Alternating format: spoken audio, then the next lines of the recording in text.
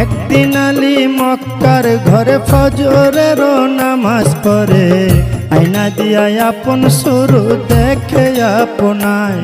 ওরে আয়নাতে রূপ দেখে আলী অমনি উঠিলেন বলি, আমার মতো এমন সুন্দর নাই আর দুনিয়ায়। ওরে আয়নাতে রূপ দেখে আলী অমনি উঠিলেন বলি, আমার মতো এমন সুন্দর নাই আর দুনিয়ায়। তখন দুই ইমাম দাঁড়ায়া ছিল, দুই ইমাম দাঁড়ায়া ছিল, আলীর ডাইনে বাইরে সাধের দুনিয়ায়। যার যেখানে মরণ লেখা যায়, তবে যার যেখানে মরণ লেখা যায় রে সাধের দুনিয়ায়, যার যেখানে মরণ লেখা যায়।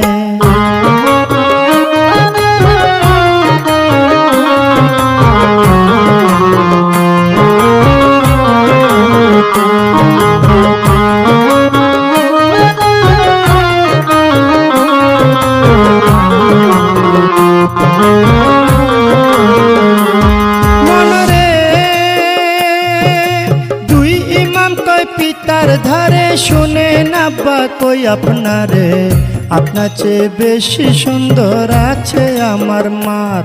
মায়ের বাতুনি এক সুরত আছে, যে দেখছে সে পাগল হইছে। বিনায়া বিনায়া বলছে ইমাম দুইজনায়। ওরে এই কথা শুনিয়া আলী গুসাতে বলিলেন খুলি, দৌড়াইয়া তখন আলী ঘরে চইলা যায়।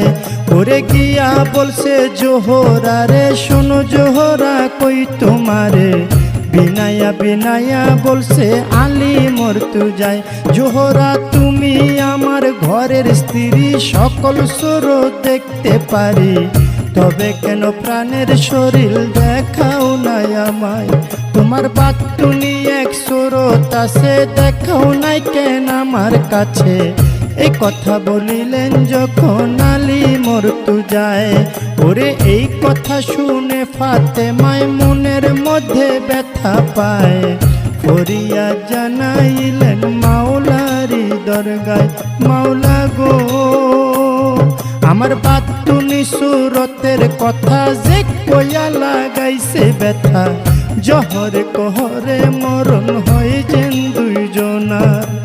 এই অভিশাপ যখন দিল মাওলাজি হুকুম করিল, ফেরেশতারা লেখা নিল আরশ মহল্লায়। মায়ে বাতিনি